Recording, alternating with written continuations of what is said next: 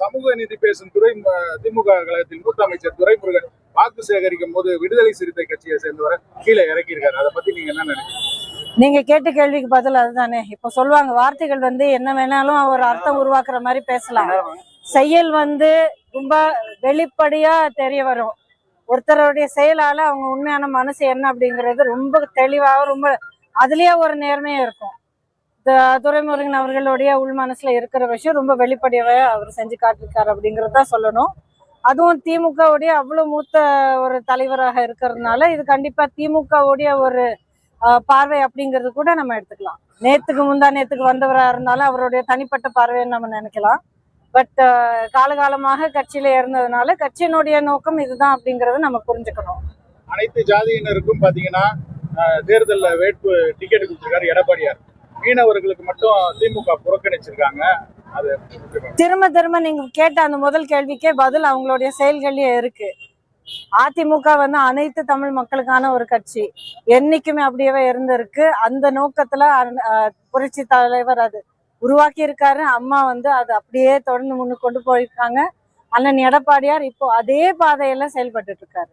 அந்த 8000 ரூபாய் திமுக கூப்பன் அறிவிச்சிருக்காங்க. என்ன திமுக 8000 ரூபாய் கூப்பன் அறிவிச்சிருக்காங்க. எப்படி பாக்குறீங்க? என்ன வேணாலும் வாங்கிக்கலாம் சொல்லிட்டு முதலமைச்சர் ஏங்க இப்போ இது அவருடைய சில திட்டங்கள் நீங்க பாக்குறீங்கன்னா அது ஒரு சிலது லாட்டரி அடிப்படையில கொடுத்த மாதிரி இருக்கு. இப்போ பெண்களுக்கான உரிமை தொகை பாத்தீங்கன்னா ஒரு சில பேருக்கு வரும், ஒரு சில பேருக்கு வராது. அதே விதியில இருக்கிற ஒரு வீட்டுல இருக்கிற பெண்ணுக்கு வரும், அடுத்த வீட்டுக்கு வராது. அது என்ன லாட்டரி சீட்டா எடுக்கிறாரு? அவங்க பாட்டுக்கு உட்காந்து இவங்களுக்கு இன்னைக்கு கொடுக்கலாம், அவங்களுக்கு அன்னைக்கு வேண்டாம், இவங்களுக்கு 2000 கொடுத்தா அவங்களுக்கு 1000 நீக்கலாம். இந்த மாதிரி இது மக்களுக்கான ஒரு திட்டம் இல்லைங்க. மக்கள் நலன் காக்கக்கூடிய திட்டம் இல்லை. இது மக்களுடைய பாதுகாப்புக்கான ஒரு ஆட்சி இல்லவே இல்லை. டெபாசிட் குறையோட இடத்துல அதிமுக கூட்டணி கட்சிகள் கொடுத்திருக்கிறார், எடப்பாடி கொடுத்திருக்காரு. என்னங்க சட்டத்துறை அமைச்சர் ரகுபதி சொல்லியிருக்கிறாப்ல, கூட்டணி கட்சிகள் எங்கெங்கெல்லாம் குறைவா இருக்கோ அதிமுக கூட்டணி பாஜக ஒண்ணு இதுல பல விஷயங்கள் இருக்கு. ஒண்ணு, எதிர்கட்சியில இருக்கிறவங்க அவங்களுக்கு சொல்றதுக்கு எந்த குறையும் கிடைக்கல. ஏதோ ஒண்ணு அது கேட்கறதுக்கு உங்களுக்கு ரொம்ப சில்லியா இல்லை, கேட்கறதுக்கே உங்களுக்கு ரொம்ப ரொம்ப ஒரு சொல்ல வேண்டிய ஒரு வார்த்தை இல்லை, அது அதுல அர்த்தமே இல்லை. அது மட்டும் இல்லாம இப்போ கூட்டணி கட்சி அப்படிங்கிறது ஒரு தலைவர், தலைமை தாங்கும் தலைவர் அவருக்கு ஒரு பிரயோஜனம் இல்லாத ஒரு தொகுதி இன்னொரு கட்சி கொடுக்குறாங்கன்னா அந்த வாங்கும் கட்சியினுடைய ஒரு இதுவும் தரம் நீங்க படைக்கிறீங்க இல்லையா? இதுல எல்லா கட்சிக்கும் சமமான ஒரு மரியாதை அண்ணன் எடப்பாடியார் கொடுத்திருக்காரு. ஆரம்பத்துல இருந்து அதுல ரொம்ப உறுதியா இருக்காரு. நியாயமான தொகுதி பங்கீடு நடந்திருக்கு. எல்லாருடைய ஒரு ஒற்றுமையும் எல்லாருடைய புரிதலும் எல்லாருடைய ஒப்புதலோடு தான் நடந்திருக்கு. இப்படிப்பட்ட பேச்சுகள் எதிர்கட்சிக்காரங்களுக்கு வேறவே பேச்சை கிடைக்காதனால இந்த மாதிரி ரொம்ப சில்லியான வார்த்தைகள் சொல்றாங்க. ரொம்ப உற்சாகமா இருக்குங்க. வெற்றி வாய்ப்புக்கான அத்தனை அறிகுறிகளும் ரொம்ப தெளிவாக தெரிய வருது.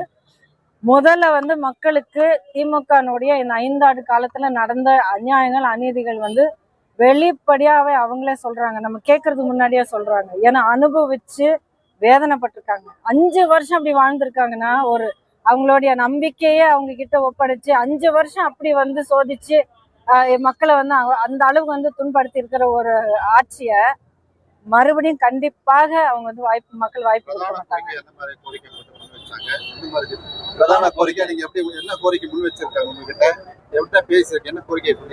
ஆட்சி மாற்றம் வரணும், அம்மாவுடைய ஆட்சி மறுபடியும் வரணும். ஏன்னா அம்மாவுடைய ஆட்சி எப்பவுமே மக்களுக்கான ஆட்சியா இருந்திருக்கு.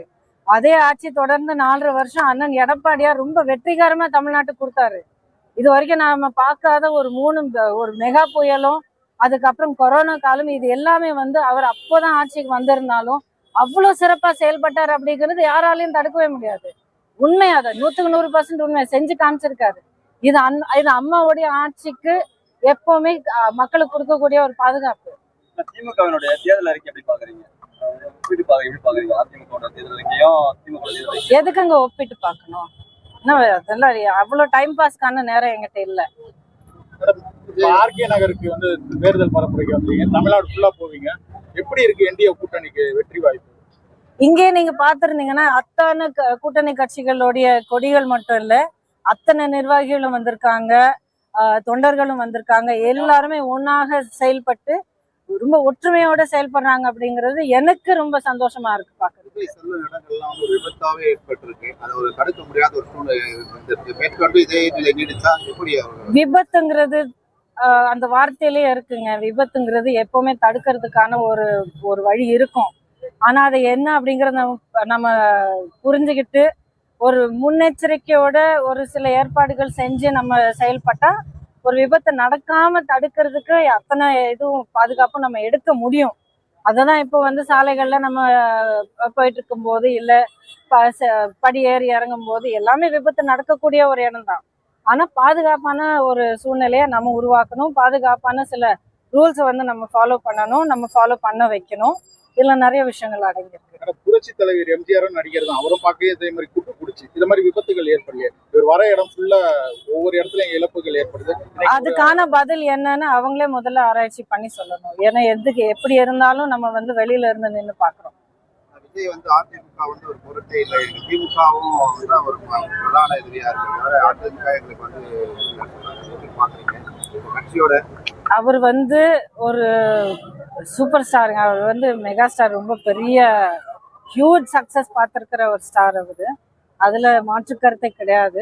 அவருக்கு இருக்கிற ரசிகர்களுடைய அந்த ஒரு ஒரு ஸ்ட்ரென்த் வந்து உலகத்துக்கே தெரிஞ்ச விஷயம்.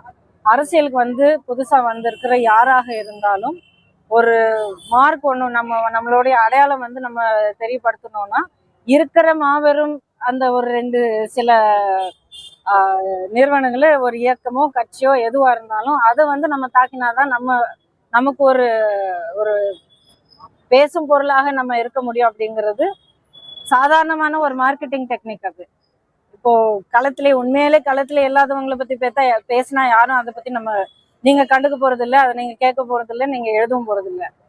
ஆல்ரெடி ஒரு இமயமலை மாதிரி நிக்கிற ஒரு நிறுவனத்தை ஒரு கட்சியை வந்து யாராவது தாக்கி பேசும்போது அது ஆட்டோமேட்டிக்கா அதனால நீங்க திரும்பி கேட்பீங்க. ஓ இந்த கட்சியை சொல்றாங்களா, என்ன சொல்றாங்க அப்படின்னு திரும்ப நீங்க கேட்பீங்க. அவ்வளவுதான்.